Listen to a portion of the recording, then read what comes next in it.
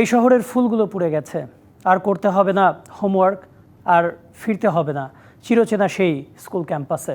Uttara milestone school and কলেজে মর্মান্তিক বিমান দুর্ঘটনায় শিশুদের নির্মম মৃত্যুতে শোকের ছায়া নেমে এসেছে ক্রীড়াঙ্গনেও। সাকিব, তামিম, মুশফিক, মাশরাফি, শাহিন আফ্রিদি সহ দেশি বিদেশি তারকা ক্রিকেটাররা এই ঘটনায় উদ্বেগ ও সমবেদনা জানিয়েছেন হতাহতদের পরিবারের প্রতি।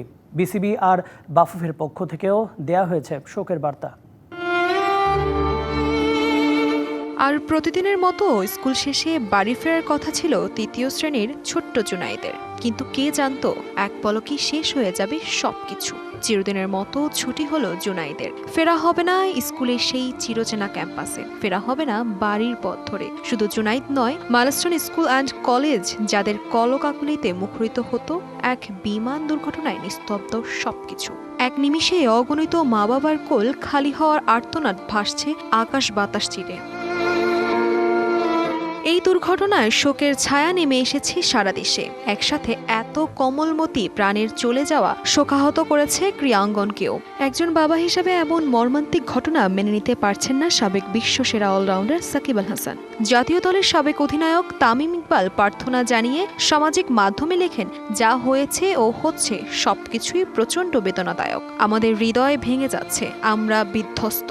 সেই সঙ্গে শিশুদের কোনো রক্তাক্ত ছবি ও ভিডিও শেয়ার না করার অনুরোধ জানান তিনি। টি-20 অধিনায়ক Liton Das Uttara milestone school and কলেজের হতাহতদের প্রতি অন্তরের অন্তঃস্থল থেকে সমবেদনা জানান। প্রার্থনা করেন যেন দ্রুত এই শোক কাটিয়ে উঠতে পারেন স্বজনহারা মানুষরা। মাশরাফি বিন মর্তুজা উত্তরার ঘটনায় গভীর শোক প্রকাশের ভাষাটাও হারিয়ে ফেলেছেন। আহত সকলের দ্রুত সুস্থতা কামনা করছেন। মিরপুরের আগের রাতে প্রথম টি-20 জয়ের আনন্দ নিমিষেই মিলিয়ে গেছে জাতীয় দলের ক্রিকেটারদের। মুস্তাফিজুর রহমান নিজের অফিসিয়াল ফেসবুক পেজে লিখেছেন, মাইলস্টোন স্কুলে এয়ারক্রাফট দুর্ঘটনার খবর শুনে মন খারাপ লাগছে। যারা দুর্ঘটনায় ভুক্তভোগী তাদের জন্য দোয়া করছি।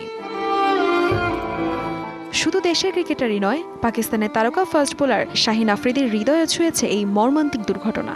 গভীর শোক প্রকাশ করেছে বাংলাদেশ ক্রিকেট বোর্ডও। বাংলাদেশ ফুটবল ফেডারেশন সভাপতি বিশেষ বার্তায় নিহত ও আহতদের পরিবারের প্রতি গভীর সমবেদনা ও সংহতি প্রকাশ করেন।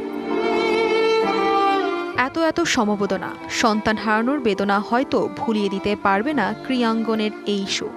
কিন্তু আর কতদিন, আর কত শিশুর প্রাণ এভাবে ঝরে যাবে?